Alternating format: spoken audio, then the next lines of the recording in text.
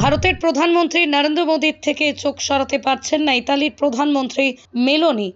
মেলোনির ছবি ও ভিডিও এখন সোশ্যাল মিডিয়ায় ভাইরাল।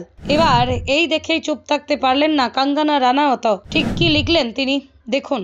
ইতালির প্রধানমন্ত্রী জর্জিয়া মেলোনি এদিন ভারতের প্রধানমন্ত্রী নরেন্দ্র মোদীর সঙ্গে একটি মিষ্টি আলাপচারিতার ভিডিও শেয়ার করেছেন সোশ্যাল মিডিয়া প্ল্যাটফর্মে। বর্তমানে ট্রেন্ডিং সেই ভিডিও যা মুগ্ধ করেছে সদ্য রাজনীতির ময়দানে পা রাখা অভিনেত্রী কাঙ্গনা রানাওয়াতকেও। কাঙ্গনা বরাবরই মোদী ভক্ত, আর এখন তো তিনি বিজেপির নবনির্বাচিত সাংসদও।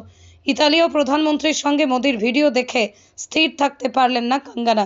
ভিডিওতে প্রধানমন্ত্রী মোদীকে খিলখিলিয়ে হাসতে দেখা গিয়েছে।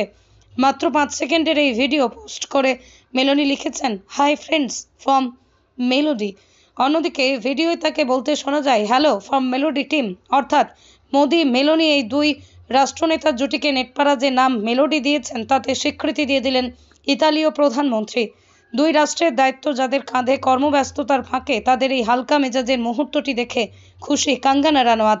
এই ভিডিও নিজের ইনস্টাগ্রামে শেয়ার করে বিজেপি সাংসদ লেখেন, মোদিজির সবচেয়ে প্রিয় গুণগুলির মধ্যে একটি হলো যে তিনি মহিলাদের অনুভব করান যে তিনি তাদের পক্ষে রয়েছেন এবং চান যে তারা উপরে উঠে আসুক। দক্ষিণ ইতালিতে G7 সম্মেলনের শেষে ইতিমধ্যেই ভারতে ফিরে এসেছেন। এই ভিডিও রিটুইট করে ইংরেজির পাশাপাশি ইতালীয় ভাষায় স্পেশাল বার্তা দিলেন ভারতের প্রধানমন্ত্রী নরেন্দ্র মোদী। ইতালির প্রধানমন্ত্রী জর্জিয়া মেলোনির ভিডিও পরিপ্রেক্ষিতে তিনি লেখেন, ভারত ইতালির বন্ধুত্ব দীর্ঘজীবী হোক। ইংরেজিতেও সেই বার্তা দেন তৃতীয়বারের জন্য দেশের প্রধানমন্ত্রী পদে শপথ নেওয়া নরেন্দ্র মোদী।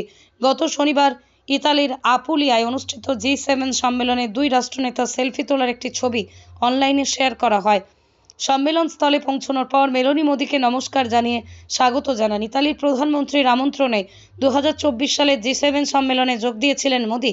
তিনি এক্সে একটি পোস্টে লিখেছেন, ভারতকে G7 শীর্ষ সম্মেলনে অংশ নেওয়ার জন্য আমন্ত্রণ জানানোর জন্য এবং দুর্দান্ত আয়োজনের জন্য তাকে ধন্যবাদ।